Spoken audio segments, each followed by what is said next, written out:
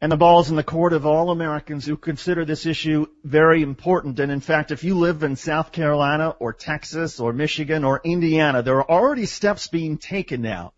Steps being taken to require new voter identification, to change some of the polling locations, the way precincts are drawn, the way the boundaries are drawn.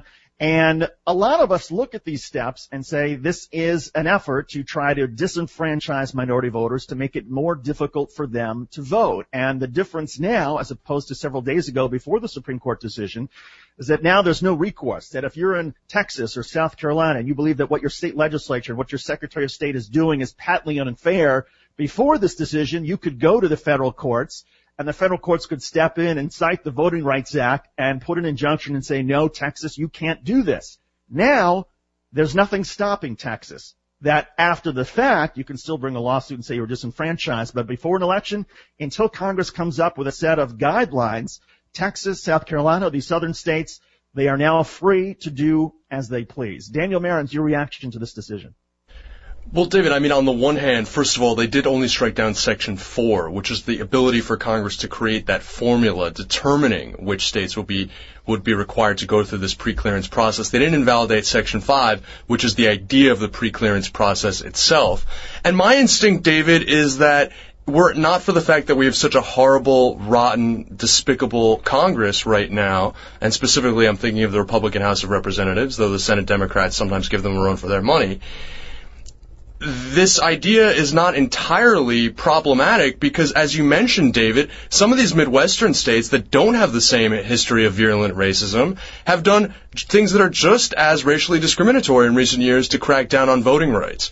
And so really, what I think that maybe we could be looking at or seeing this as an opportunity for is fundamental voter reform in this country so that it's easier to register, perhaps even making registration automatic, and that we have federal standards and guidelines for ballots, for precinct requirements, for vote staff to make sure that these lines aren't too long, to make it so that you don't have you're not waiting on a 6 to 8 hour line just because you live in a black inner city neighborhood in one of America's cities, or that you don't have to submit all kinds of crazy photo IDs just that make it harder for people that are living in poverty or perhaps are older or don't have a driver's license to vote. I mean, it's outrageous that in the country that calls itself the greatest democracy in the world, it is as difficult as it is to vote. We need a uniform federal standard, and you know, perhaps it's idealistic to think that this will be an opportunity to be used to do that. I wish it were. Unfortunately, I think that we have more dark days ahead in terms of voter rights.